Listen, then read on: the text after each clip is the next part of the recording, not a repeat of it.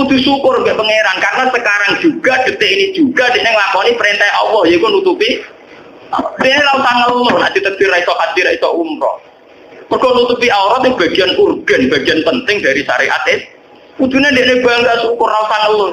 Iku artis wong fasik-fasik paringi umroh, aku wong saleh ra diparingi. Goblok nang ngono napa? Dia harus syukur. Ya dimulai saking khutbatul Husain bin Ali radhiyallahu anhu. Sing ra damel iki ngrungokno mawon niku lho sing. Dikuraskan mukadimah bahwa ini kitab Hayatus Sahabat tentang sejarah sahabat. Hasan Husain itu dzurriyyah Nabi lewat jalur Ali. Jadi Hasan Husain itu putrane Sayyidah Fatimah binti Rasulullah sallallahu alaihi wasallam. Kenapa saya milih naskah ini? Mergi ini pas 10 Muharram. Jadi di hari ini Sayyid Husain dibantai kalian pasukannya sinten Yazid. Makanya kalau di Syiah 10 Muharram itu ada upacara penyakitan diri karena mengenang luka derita yang diderita sinten Sayyid Husain. Dan ini yang perlu kalau terangkan zaman Nabi Sugeng. Nabi sebagai tokoh Muslim, tokoh mukmin. Ini rumah tenan. Ciri utama tokoh mukmin itu iman ambek keputusannya pangeran. Termasuk Nabi untuk membentuk informasi saking langit bahwa nanti Sayyid Husain akan mati nopo dibunuh. Tapi Nabi sebagai mukmin sejati tidak ngeluh karena terbunuhnya Husain toh akan melahirkan tonggak kebenaran yang sejati. Kayak mati ini para pejuang, mati ini jenderal-jenderal pejuang sing lahirno kemerdekaan. Mati ini Sayyid Husain jadi simbol siapa saja boleh berani mati demi kebenaran. Paham ya? Nabi tapi juga sering muji Said Hasan, termasuk Syabdul Qadir Jilani, Said Muhammad Alawi itu Al-Hasan. Said Hasan melihat kompromi itu lebih baik ketimbang prahara, ketimbang tragedi. Sehingga era Said Hasan disebut Amul Ijtima, di mana Said Hasan memutuskan pemerintahan diserahkan Muawiyah semua, yang penting umat Islam aman, tidak terjadi konflik, terjadi stabilitas. Sayyid Husain menentang kebijakan kakaknya. Dia yang hak harus hak, meskipun harus mati taruhannya. Sehingga dua cucu Nabi menjadi simbol kompromi demi kebaikan umat, yang jadi simbol berani mati demi kebenaran juga. Kamarnya nak urip ya demi kebenaran, nak mati ya demi apa? Kados kula ngaten iki. Umpama aku wani urip, mergo kula yakin iso mulang Quran. Umpama aku mati, mergo aku yakin ketemu pangeran apik timbang ketemu Mustofa, paham? Jadi urip ya perkara demi pangeran, mati ya demi apa?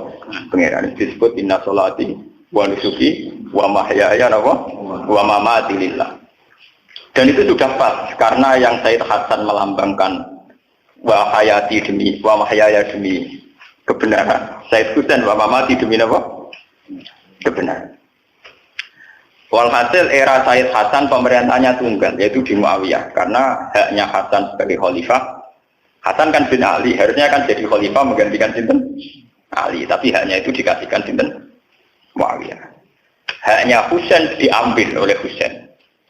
Anaknya Muawiyah ya tidak terima, akhirnya Husain dibantai.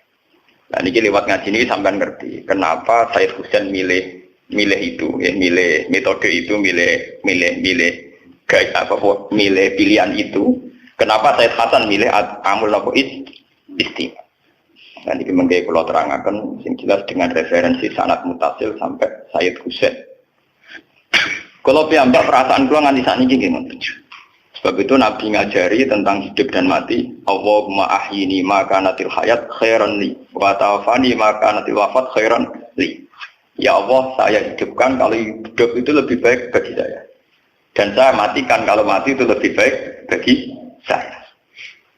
Ora oleh wong nentokno nganggo ikhtiare dhewe ora oleh. Ya Kanjeng Nabi pinter, nak darani urip gampang. Dadi Kanjeng Nabi nak ndonga ngoten. Ya Allah, hidupkan saya selagi hidup masih baik bagi saya dan matikan selagi mati lebih baik bagi saya. Kenapa Nabi cara berdoa begitu? Ya kadang dalam banyak hal memang hidup itu lebih baik, kadang dalam banyak hal ya mati itu lebih baik. Makanya sebagian donga luwe diplomatis, luwe napa bisa diterima secara optimistik tapi tidak mengurangi tawakal. Ini pun Nabi nate mari donga malih Allahumma ij'alil hayata ziyadatan li fi kulli khairin. Eling-eling. Allahumma ij'alil hayata ziyadatan li fi kulli khairin wal mauta rohatan li min kulli syarrin. Wal mauta rohatan li min kulli syarrin. Ya Allah, jadikan hidup saya itu sebagai bekal menambah kebaikan. Kalau saya mati, anggap saja akhir dari segala kejelekan. Mulane kula bolak-balik matur, nak ana mayit dilepas mesti apik. Mbok bajingane penjahat mesti apik. Kok penjahat apik nang mati, berarti rohatan li min kulli syarrin. Berarti itu terakhir kejahatan. Mulane kira ora protes. Sauri-uri zina maling kok saiki dilem apik, tetep apik matine, menang bar kejahatan. Paham? Iku Nabi dhisik ngajarkan memang begitu. Hidup dianggap potensi ziyadatan fi kulli khairin apik, mati dianggap rohatan min kulli syarrin. Akhir dari segala kejelekan. Akhirnya apa yang terjadi? Wong ambek Allah kok kesunudan tok. Jadi kok Mustafa paling urip ya. Gusti kula isih urip berarti iso ngamal apik. Engko nek ape mati tok. Gusti, mati kula kiai kadang salah. Lah mati kula anggap mawon ngakhiri kesalahan niku, paham? Paham. Jadi ora usah ngeluh, nek mati ora usah napa? Kan ya nek mati ya Allah, kula urip kangge saya sakniki mati. Anggap mawon potensi kejahatan kula berakhir di sini. Di sini wal mauta rohatan li min kulli syarrin, dan kematian adalah akhir dari segala keburukan. Ya sudah. Misalnya kita jadi bapak, anak urip sukses rumah tangga. Lah anak mati nak nol luwih apik kanggo anak. Itu udah kurang. Mengenai itu kan orang itu harus ono rasionalis tapi tetap tauhid. Lah Said Hasan Husain itu melambangkan itu semua. Hasan milih kompromi demi kestabilan umat Islam. Husain milih mati demi tegaknya apa? Kebenaran. Ini ingin mengkira waca terakhir pidato Said Husain ketika beliau memutuskan revolusi melawan Yazid. Ya, jadi ini kula waca teks pidato Said Husain ketika beliau revolusi mutusno melawan sinten? Yazid. Padahal itu taruhannya nyawa, taruhannya apa? Nyawa. Taruhannya nyawa. Mungkin kula waca teks pidato Said Hasan. Kenapa dia kompromi dengan kebatilan? Yazid Muawiyah itu kan memerintah secara batil karena ilegal lewat revolusi ngudita Sayyidina Ali. Tapi masih ilegal lah, nak dilawan tetap jadi berdarah. Nah, lewat perhitungan ini saya Hasan milih kompromi, paham ya? Sebab itu sampean lewat ngaji ini gak akan tahu kan apa yang milih kompromi ini, monggo. Ya lanjutkan berarti Pak. Nak milih revolusi ya monggo, tapi semua harus konsekuensi tanggung jawab dengan dengar Allah Subhanahu wa taala. Ora usah tanggung jawab ning konstitusi ning MK itu urusan hukum dunia. Tanggung jawab dengan kersane Allah Subhanahu wa taala. Ini kula waca kenapa Said Husain milih melawan yang berakibat beliau dibantai secara menggenaskan. Nah, Said Hasan milih kompromi karena takut berdarah-darah bagi umat Islam. Karena kalau Hasan itu ngelawan, artinya kubu Hasan yang ribuan di belakang Hasan, kubu Muawiyah yang ribuan di belakang Muawiyah. Jadi kalau era Hasan itu menangi Muawiyah, Pak, kuat ya, menangi sinten? Muawiyah. Era Husain pun era sinten ya, Yazid. Jadi gampangannya setelah Rasulullah itu mimpin Abu Bakar, mimpin sedelok ya berakhir tragis. Umar mimpin sukses, mati ini ya tragis dibunuh. Utsman fokus menghormat Quran, akhirnya gak ngurusi pemerintahan, mati ini dibunuh. Ali mati ini dibunuh. Akhirnya Saudi Ali dipegang oleh Muawiyah, orang yang gak jelas dapat mandat dari siapa tapi sujud mimpin. Sebab itu kepemimpinannya Muawiyah banyak yang tidak ngakui karena mereka milih mimpin Hasan karena putranya sinten Sayyidina sinten Ali. Hasan ngerti gelagat Muawiyah tidak mau kalah nantang perang, yo pepen. Apa? Pepen. Cara Gus Dur ora dadi presiden ra paten. Penting ora ono pasukan berani mati, ra berani hidup iku penting ora hidup, paham. Terus ketika Muawiyah ganti teng Yazid, Yazid itu anak sinten? Muawiyah. Husain melawan, nggih sinten apa? Husain. Ben sampean ngerti bahwa cara melawan mereka itu demi kebenaran, bukan kayak kita demi kekuasaan. Lewat pidato ini nanti sampean ngerti betapa Hasan milih damai ya demi Allah. Husain milih mati juga demi Allah. Orang mati nekat, paham ya? Sing damai ya ora krana golek gelimangin apa harta. Niki pentingnya ilmu. Jadi lewat sanad yang mutasil, problem-problem sing dihadapi para sinten sahabat. Kula maca ini pidatone Said Hasan, Said Husain riyen. Bismillahirrahmanirrahim. Walhasil terus Said Husain ini sing milih mati. Ayuhan nas ini sing mulai ini sing wonten harokat. Ayuhan nas inna Rasulullah sallallahu alaihi wasallam qala man ra'a sultanan jairan mustakhillan li haramillah nakisan li ahdillah mukhalifan li sunnati Rasulillah ya'malu fi ibadillah bil ibadillah falam yughayyir alaihi bi fi'lin wala qaulin kana haqqan 'ala Allah ayyudkhilahu madkhala. Man desabane wong ro ayu ngerti sapa man sultanan ing raja jairon ingkang dolim. Wong sing ngerti penguasa dolim, mustakhilan ingkang ngalalo li haramillah maring barang sing diharamno Allah. Misale ngalalo pornografi, utawa ngalalo barang sing ora Allah haram. Nakisan ternentang di ahdillah maring perjanjiane Allah. Mestine segala potensi diri kanggo ibadah malah tinggu hal-hal sing maksiat. Mukhalifan ternyulayani li sunnati Rasulillah maring sunnah Kanjeng Nabi. Wes ngono ya amaru nglakoni sapa sultan fi ibadillah bismi lan dosa wa tujuan lan ngoyo. Hubungane kowe wong men keliru wae. Keliru artine ngene. Sing kroni disugya-sugya. Misale kados wong kadung keliru, mbek wong sugih wedi, perkarane wedi sugih. Ambek wong larat otoriter, dianggap budak. Wong nak kadung keliru kan. Ambek wong ayu nafsu, akhire ya zina. Ambek wong elek ngenyek, akhire pelece. Wong nak ditetir bener. Ora wong ayu sahabat itu dosa, ora wong elek ngenyek. Elek kriting pesek ireng. Wong nak keliru kancanan tiang nggih ngoten. Roh bupati wedi krana sugih, ya yo lek wong kok wedi bupati yo. Roh wong larat tukang sampah nyek, wong kok demo dadi tukang sampah. Lha itu jenenge keliru terus Mas. Nek ana sultan sing ngene iku jenenge keliru terus. Roh wong elek nyek, roh wong sugih wedi itu keliru terus. Jenenge ya'malu fi ibadillah bil ismil udwan. Falam yughayir mongko ora nglakoni perubahan sapa man alaihi ing atase ikilah isem utawa ing atase sultan bifi'len kelawan satu aksi perilaku wala kaulan ora pengucapan. Karena mongko ana ala wa haqqan. Apa mesti nglakoni ayut khilahu masqalahu, mesti dilebokno neraka. Sebab itu Said Husain berpendirian kalau ada sultan yang zalim kita harus nglawan. Cek nglawane liwat fi'lu, cek kaulu, cek engko senajan to berakhir kematian. Mergo nak orang nglakoni perubahan sultan mesti mlebu neraka. Nah, jadi yang penting menunjukkan bahwa kita melakukan perubahan. Ini kuman ro'amin kemungkaran fal yuhiru napa biyadihi fa ilam yastati fa bilisanihi fa ilam yastati fa biqal. Harus tetap melakukan perubahan. Jangan sampai kita mendiamkan kemungkaran. Meskipun hanya lewat qaul, tentu dalam konstitusi modern kayak kita berbangsa sekarang, minimal lewat qaul. Minimal lewat apa? Liwat kaul itu penting, senajan to kowe ora usah revolusi liwat fi'lu, liwat perilaku akhwat. Misalnya ngeten, kita akan selalu mengatakan nak payudara wanita itu aurat. Kita akan selalu mengatakan nak paha perempuan itu apa? Aurat. Terus kita meyakini bahwa secara hukum demikian. Terus kita akan ngomong gitu terus. Meskipun kita tidak bisa bikin undang-undang tentang bahwa pornografi dilarang oleh negara. Kita tidak bisa bikin undang-undang kalau pornografi harus dilarang oleh negara. Tidak harus begitu, tapi kita ngomong terus kalau itu haram, kalau itu haram. Pentingnya apa? Jangan sampai hukum Islam itu kemudian diyakini mentoleransi hal-hal yang kayak begitu. Haram loh ya, memperlihatkan payudara bahwa itu haram. Tapi bahwa Islam itu kafah, Islam itu sempurna, komplit, ya kita harus begitu. Misalnya saya sering ditanya, Gus piye hukume wong wedok kota-kota katok anceka nggawa rukah marang masjid. Mbok hukume wong fasik wong ape marang masjid jamaah. Mbok hukume wong saleh wong oleh maca blok. Tak jawab ngene aku takon. Lah iya pentingnya Islam sempurna yaiku pangeran sing iso ngitung dhewe kok bingung. Soal urusan aurat dia salah karena tidak Islam. Soal berjalan ke masjid dia benar karena menuju apa? Masjid. Kowe ra iso mukul rata karena dia maksiat terus hukum iku wong fasik.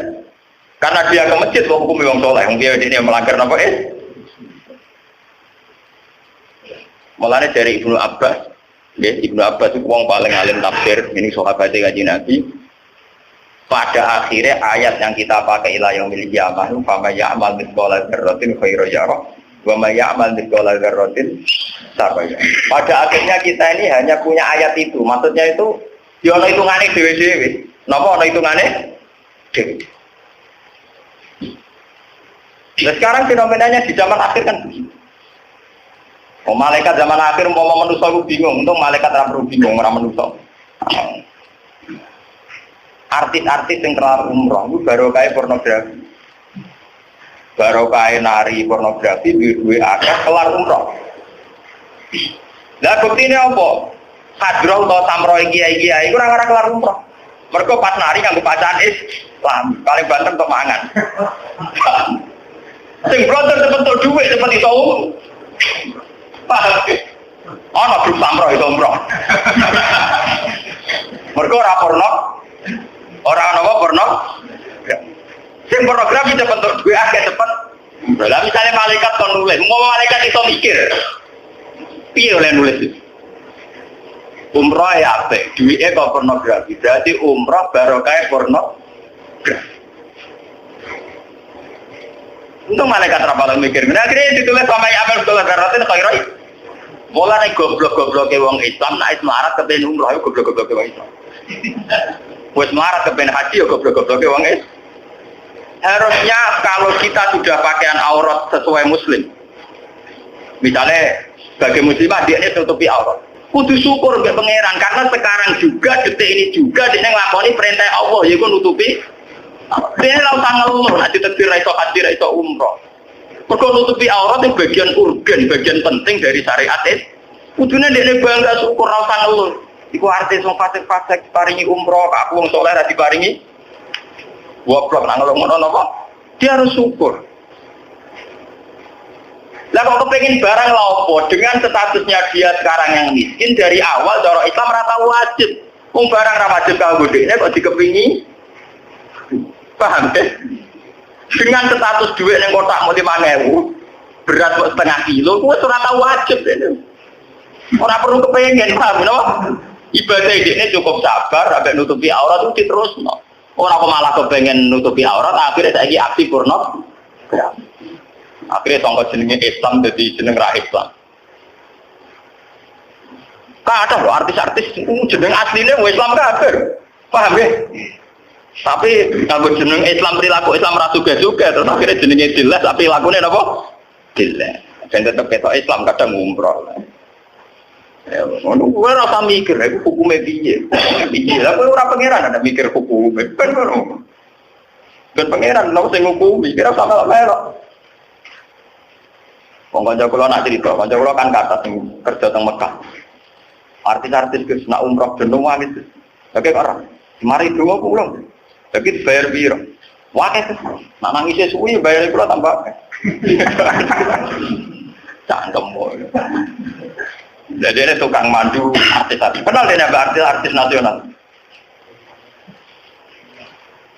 Kita omongi kan jagoan. Gue kurang ajar temen-temen.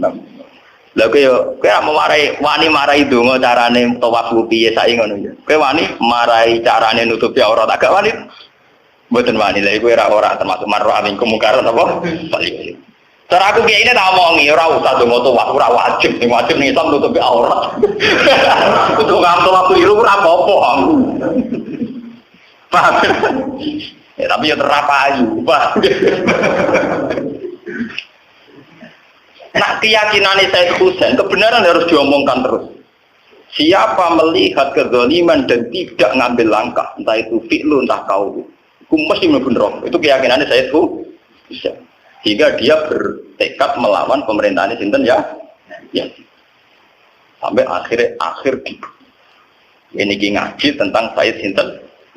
Lu penting loh, maksiat kita omongkan terus penting. Minimal nganggo omongan. Kulo nu penentang keras nak ono kiai sopan. Meskipun mungkin suatu saat aku ya sopan, tapi aku tetap penentang keras nak ono kiai kesopanan teman-teman. Sampeyan tak ceritani. Baru kayak zina iku jorok. Iku baru kayak omongan elek, cangkem elek. Iku wong nak anak zina darane anak jadah. Cara Jawa anak zina darani lonte. Umpama bahasa iki dikamuflase kaya zaman dhisik. Dari wong tukang zina dianggap wanita harapan. Paham ya? Nanti tidak ada penjorokan barang jorok rajarani napa? Jorok. Nanti ke depan mungkin era cucu kita hukum wis rubah karena diperhalus sekarang. Lama-lama wong wis ra roh hakikate hukum. Bodoh ini dari darani seni berpolitik. Paham ya? Ngakali dari seni diploma. Paham ya? Senyum mergo tugasnya jadi PRJ dari bagian dari marketing. Sajane kan kudu jelas. Nah kamuflase nah rekayasa apa? Sekarang agama rusak itu karena mudahana. Ya coba, hampir umat itu meyakini kenapa wanita boleh tampil di panggung. Gara-gara, oh nyatanya Pak Yai itu ya kersa rawuh. Lagi ini rawuh yang diundang. Bagian mau itu khasanah lah, cara durungnya soal juga. Meriang dia ini. Dia ini tentang. Orang bisa ngoni, orang nentang dia keyakinannya tetap khas. Akhirnya ya ini meriang, gak jelas, positif, gak jelas. Itu cara kayak Husain, jenis kiai ini penggolang tenan, cara madhabnya jenis. Ini sing partai Husain maksudnya. Enggak saya Hasan bisa menang. Nah, rai-rai Indonesia milih saya Hasan, itu aman. Rai-rai Indonesia milih madhabnya jenis.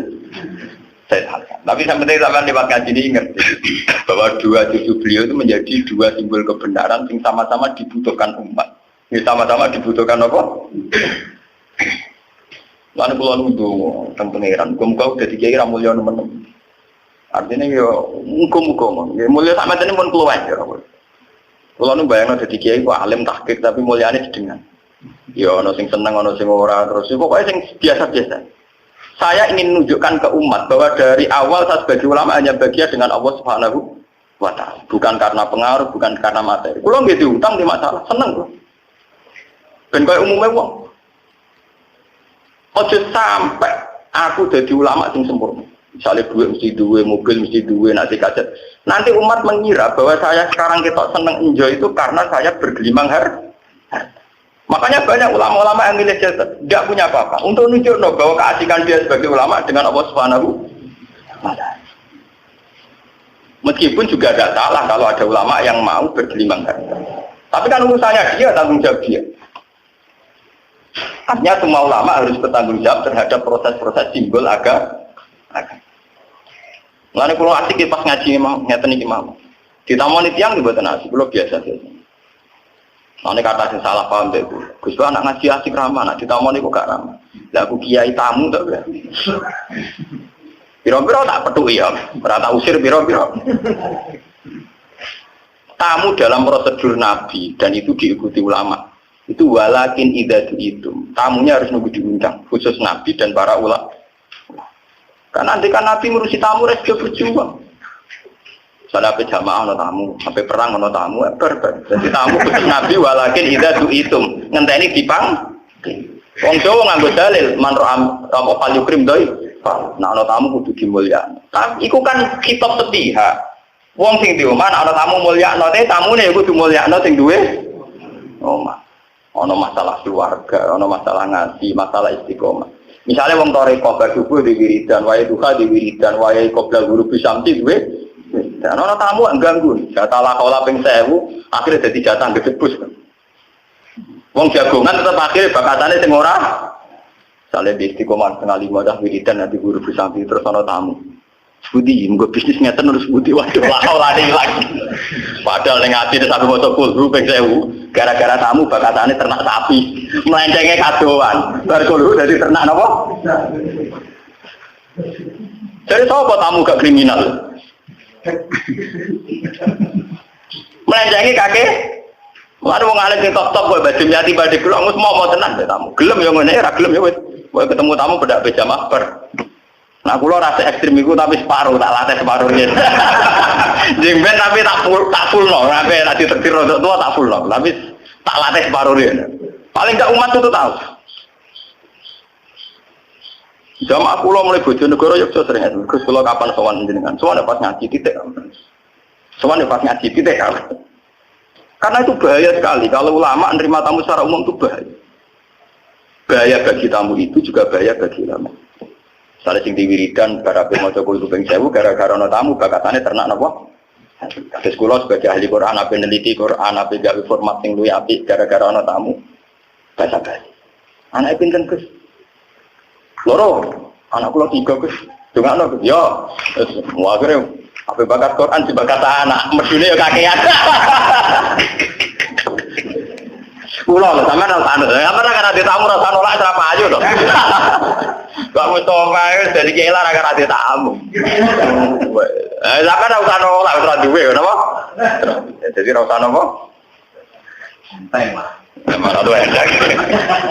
Buatin kalau cerita nih pentingnya makanya di riwayatnya Ahmad bin Hambal ini. Ahmad bin Hambal termasuk wali top yang termasuk madzhabul arba. Allah itu tidak akan mencabut barokatal ardi hatta la yuqala lil zalim anta zalim. Jadi dunia ini rusak, nak wong zalim diomongi ora zalim. Hatta la yuqala lil zalim anta. Jadi sebetulnya bahasa harus konsisten. Sing maling tetap kita arani maling, sing lonte kita arani lonte, sing solihah kita arani solihah. Secara bahasa kita meskipun atas nama agama juga lonte ya hak tobat, paham ya? Maling ya hak. Tapi bahasa jangan dirubah. Ciri utama Quran Furqan, di sing hak diomongno hak, sing batil diomongno. Ojo dirubah, nek dirubah bahaya. Misalnya koruptor di duit 1 miliar. Mestinya bahasanya dia tetap koruptor. Tapi enggak, gara-gara rapati konangan atau nyiwap kiai dibangun masjid Mekah entek 1,5 miliar. Ngamal 1,5 miliar kok duit colongan dianggap dia ini pendiri masjid. Statusnya koruptor hilang jadi pendiri masjid. Lha bahaya nek agama begini napa? Sing wong soleh bendera itikaf mau disebut pembersih masjid itu ora lara. Lara. Sing koruptor kegelar muassis pendiri masjid sing istiqomah itikaf bendina mau digelari pembersih apa? Masjid. Terus nak duwe karep sing wong soleh sing menghadap kok kalah sugih. Kalah napa? Sugih. Lah itu cara mazhab Said Husain itu begitu ekstrim. Niki sing Said Husain lagi. Kamangke kula wacaaken sing mazhab Said sinten hak. Jadi keyakinan Said Husain, siapa yang melihat kezaliman dan tidak ngambil langkah bifi'lin wala qaulin pasti masuk neraka. Mulane ulama itu kudu ngomong terus, keliru lah kok ngomong terus. Wah, hukum harus ngomong terus. Lho itu memang nasnya ulama. Mulane kula nak pas ngaji ngomong terus, ulama harus ngomong. Kurang bisa nglakoni kok ngomong terus. Sampai ada hadis idza zuharatil fitan wal bid'ah falyudhiril alim ilmahu wa illa fa alaihi la'natullah wal malaikati wan nasi ajmain. Kalau sudah ada fitnah, ada bid'ah, maka orang alim harus memperlihatkan kealimannya. Kalau tidak dia kena laknat. Wong alim kudu ngetok orang alim. Nah orang malah kena laknat. Jadi kemudian kalau biasa ngaku alim biasa. Nah orang malah kena laknat. Jadi misalnya aku ngaku bodoh, cara pengiran ra sopan malah. Jika ilmu jadi tetap ngaku bodoh. Itu tuh gak ada keimangan marek aku lesu. Aku kurang ajar sih. Malah wong salah paham. Aku ngaku ngalim dari sombong goblok-gobloke wong. Kowe nek dikai dhuwit pangeran, dikai warak yo ngaku warak, aja ngaku nopo. Paham? Nek dikai ngalim yo ngaku nopo? Lho kula wingi nembe malam setu debat besok orang kiai gara-gara. Kula niku akan bahaya kalau Islam hanya diimplementasikan, disimbolkan oleh yayasan Islam. Misalnya ada MTS, ada Aliyah Negeri, ada IAIN, ada UIN. Akan bahaya kalau Islam hanya terwakili oleh simbol-simbol ini. Karena nanti pada akhirnya kiai yang di situ, misalnya kula, kiai alim sing kono. Karena bentuknya sudah yayasan Islam, misalnya yayasan Islam opo. Mbok Romanto Alidah opo, pokoknya yayasan opo ngono. Setelah saya ada di direktur di situ, pasti terjebak oleh permainan di situ. Saya akan mengeluh masalahnya jumlah siswa sedikit atau jumlah siswa tidak tepat waktu jam 7. Saya ngeluh mergo jumlah siswa tidak mau senam, tidak mau pacaran.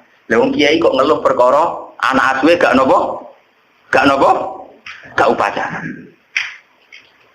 Akhirnya apa? Yayasan ini menjebak seorang kiai untuk berpikir harus ada upacara, ada senam, ada acara-acara khas modern.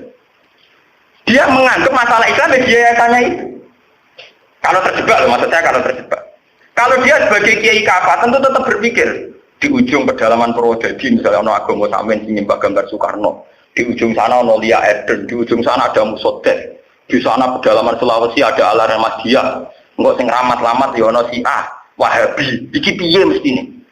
Mestinya kalau kita kafah berpikir tentang polemik-polemik terhadap aliran Islam sing macam-macam. Tapi kalau kita sudah di yayasan, kamu hanya berpikir tentang problem di yayasan itu. Dan gue ngerasa pejuang Islam hanya karena mimpin yayasan ini. Padahal itu tertutup sekali. Saya pondok gontor ya gontor tok. Misalnya yayasan di saya tok. Di sini tok. Bagaimana kamu jadi kiai merasa kafah, merasa komplit kalau kamu hanya sebatas di yayasan Itu. Ini kalau ngomong mbek direktur Alia. Saya tak ngomong yang kita ngaji jenengan kok perlu jadi direktur kan halus itu. Pertama kadang nawani kula. Derek mucal Gus. Mulang opo? Dia mulang tengah Alia. Ya nak mulang gelem mergo kiai jan begane mulang. Saya nak menjadi anggota mau sebenarnya jelas. Ulama cebok. Enggak terus aku laporan kue, enggak nak kurang hadir buat tegur, dia buat tegur. Kurang hadir buat, enggak seragam baju gak masuk buat tegur, dia buat tegur urusan keliru caranya nggak sabuk. Nanti bahayanya yayasan Islam kan ada aturan-aturan kalau bukan di Islam mau ngalih buat ditegur perkara raga dan perkara baju gak masuk. Ini udah gelas, lo lagi ini rapati kagum kayak roket rapok. Ya aku gelem tapi itu kayak aturan. Tapi ini gue syarat yayasan ibu tujuan. Lah iku aku mau ya iku. Kowe ora ngajar tenan iki, Bu. Mbak. Kalau tidak yayasan Islam tidak apa-apa. Tapi ini kan ngatasnamakan lembaga apa? Islam. Tapi pakai aturan yang mempersempit umat Islam. Karena orientasinya dia itu hanya di yayasan. Loh tidak apa-apa loh, bukan berarti saya gedeng yayasan. Kalau terjebak, saya ulang lagi harus. Malah kalau senang ada kiai-kiai yang punya yayasan, tapi tetap punya lembaga-lembaga non formal, karena ini lebih umum, lebih kafah. Kados kula ngaten saged mucal teng mriki, teng Medion, teng Bojonegoro, di mana-mana. Bebas umur, bebas daftar ulang, bebas uang gedung. Paham? Kan lucu to misalnya ulama kok mikir, piye kok ora bayar uang gedung, akhir bangunan ra dadi. Ulama kok mikir ngono, paham? Padahal ciri utama kiai la asalukum alaihi ajr. Makanya kiai sing non formal itu bangga, lah saiki malah kualik. Kiai sing non formal bletek wedi. Akhirnya anaknya dokon kuliah boleh SPD. Nah, kula malah bangga no. Gak tau tertarik tuh. Kula lho mau wala-wali zaman. Ditawani duwe gelar kula. Nah, mbok kei langsung mbok tawano iku gelem. Ada kon repot-repot mau mari repot temane napa? Lah ini mazhabe Sayyid Husain. Artinya harus ada ulama yang ngomong begini, meskipun kita yang ngakui fungsi modern, fungsi formal, kita ngakui juga respect. Kulo hormat sampai pondok-pondok besar yang punya kurikulum, kulo hormat. Tapi saran saya, kiainya jangan terjebak di situ, sehingga hanya resah kalau ada santri tidak upacara, resah kalau guru tidak berdasi, resah kalau guru gak masuk no baju ning celana. Resah kiai mungkin ana aliran sesat, ana fenomena bid'ah, ana fenomena khurafat. Dan kafah, tidak hanya di lingkup yayasannya, tapi siapa saja. Nah, takut saya yayasan-yayasan yang bawa simbol Islam ini malah mengurangi kekafahan umat. Kalau lebih modern, saya mau kerja di kampus juga mau, saya kerja di lembaga-lembaga emang. Tapi sekali ngikat milih metua. Pokoknya sekali ngikat milih apa? Mau aku sepede pengiran. Orang ngarah, ulama ramangan, orang potongan. Ben malaikat itu salah pengiran tapi ulama emangan, maksud sing ulama gak nopo, gak mangan. Dan Sayyid Husain mazhabnya demikian, ya mazhabnya apa? Demikian. Sebuah kebenaran harus diomongkan terus. Fal yudhiril alim ilmah wa illa fa'alaihi la'natullah wal malaikati wan nasi. Contoh gampang kayak sekarang yang saya ceritakan tadi masalah Badimyati. Orang itu tahunya hanya kalau ada tamu fal yukrim doifahu, tamu harus dimulyakno. Tapi tidak tahu aturan la tadkhulu buyutan nabi illa ayyudzana lakum. Wong mertamune nabi ora oleh kecuali ngenteni izin. Tapi walakin idza itu mungkin ngenteni dipanggil. Karena kalau ndak nanti orang sapa sing ra bersuwan nabi. Wong nabine to kok. Tapi bayangkan kalau semua diberi waktu, nabi ora sido mimpin perang, ora sido jamaah. Mungkin juga gak iso ngurusi privasi keluar. Jadi untuk sowan nabi nunggu walakin idza itu ngenteni dipanggil. Itu saja kalau setelah selesai langsung fantasiru wala musta'nisin alil hadis. Kudu langsung bubar, gak oleh sampai Nabi tidak jagongan. Istiqnas itu maknanya jagongan asik. Inna dzalikum kana yuzin nabi ya nabi bocah jagongan mesti tersiksa. Wong aku kira nabi ulama tersiksa kemudian nabi. Wong nak waras tenan, eling akhirat tenan mesti jagongan suwe-suwe tersiksa. Angger asik ora pati eling akhirat.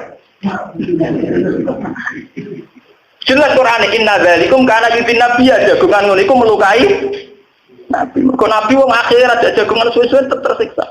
Sudahlah, sampean contoh saja seorang mursyid. Orang mursyid sing duwe wiridan kok gurune jam 5 wiridan nganti hurufus Samsi kepengen takbir disiapno kepengen maca kul kuping saya ana tamu.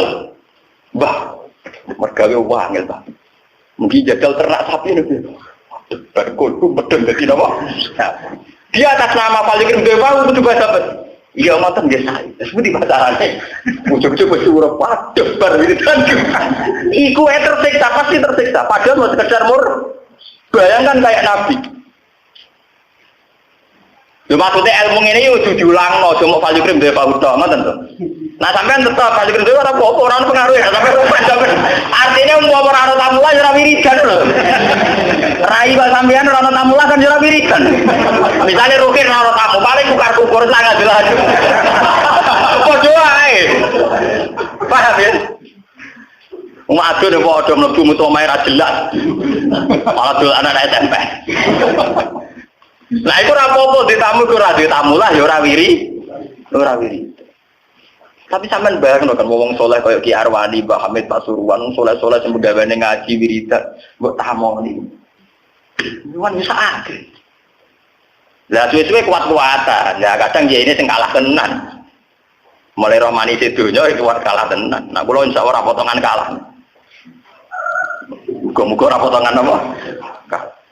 Moya ngerono sing pertama kula tak kandhani ben sowan pas ngaji kita. Jadi konsultasi ya, urusan dunia, urusan duit, kiai rapati iso. Aku juga gue. Urusan akhirat, ya pas ngaji itu mesti akhirat urusannya. Lah urusan dunia apa misalnya sing dilapor, urusan geger bojo, kiai biasa geger bojo niku lho biasa. Urusan ade duit, kiai juara masalah ade duit. Wah, semalah wis kebal, napa? Mulane kula tak kenang ceritane Sayyidina Umar, ana wong metu kari bojone sowan Sayyidina Umar. Pas itu Sayyidina Umar dijubedek bojo. Sayyidina Umar ya tetep manggano tamu. Ana apa, Cung? Sampun Sayyidina Umar. Lho urung matur kok sampun, nggih sampun. Lah yo kowe rene pape opo? Ya badhe matur tapi sampun. Sopan sampun. Akhirnya matur, rumah kula sing disial-sial bojo kula tok. Jebule tak jenengan. Lho itu kan masalah sosial. Ora di dhuwit tukaran mbek bojo, mbek tangga salah paham ning tempat kerja kan gawane urip, ora usah mbok konsultasekno bola. Iku anggere wong yo ngalami, nek ora ngalami yo ora wong. Ono kok laporno. Mok pengeta banget. Tak kula nak uzubillah. Tapi guru kula Yesus kemu mboten ate kula lapor. Kalau sering ada dipancing. Piye ekonomi kalau bisa sesuai jasa saya.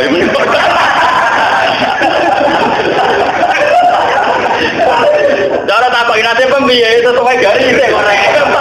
Umur buat garis goblok. Lagi agak mau menang. Dari kalimat bekodok. Cerita saya pusat kan ilmiah, cerita saya pacar apa? Ilmiah. Masa mau ngalim siapa bakat budi Gus ben rezeki kula lancar bedina, itu piye karetin. Masa mesti lancar kok.